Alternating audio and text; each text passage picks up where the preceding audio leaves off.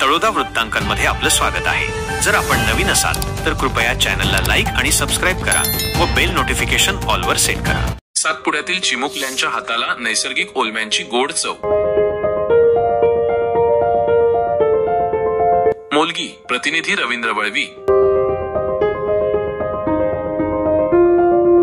सातपुड्याच्या दुर्गम भागातील डोंगर रांगांमध्ये नैसर्गिकरित्या पिकणाऱ्या ओलम्यांची आता बाजारात आवक सुरू झाली आहे। विशेष म्हणजे डाब आणि वालंबाच्या रस्त्यांवर लहान मुले ही चविष्ट फळे विकताना दिसत आहेत, ज्यामुळे त्यांना काही प्रमाणात आर्थिक मदत मिळत आहे। सातपुड्याच्या कुशीतील ओहवा, पिंपळखुंटा, खुर्चीमाळ, माळ, नेंदवान खुर्द, नेंदवान बुद्रुक, डाब, वालंबा, मोलगी, जमाना, सरी, दहेल या परिसरात ओलम्यांची झाडे मोठ्या प्रमाणात आढळतात। ही झाडे नैसर्गिकरित्या वाढलेली असल्याने त्यांची विशेष काळजी घ्यावी लागत नाही। कच्च्या अवस्थेत हिरव्या रंगाचे असलेले हे फळ पिकल्यावर तपकिरी रंगाचे होते।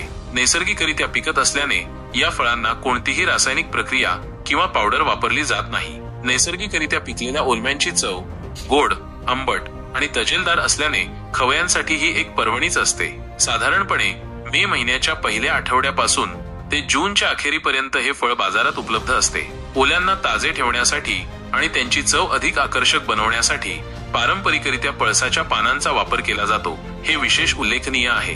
सातपुड्यातील या नैसर्गिक संपदेमुळे स्थानिक मुलांना रोजगाराची संधी मिळत आहे, हे निश्चितच कौतुकास्पद आहे।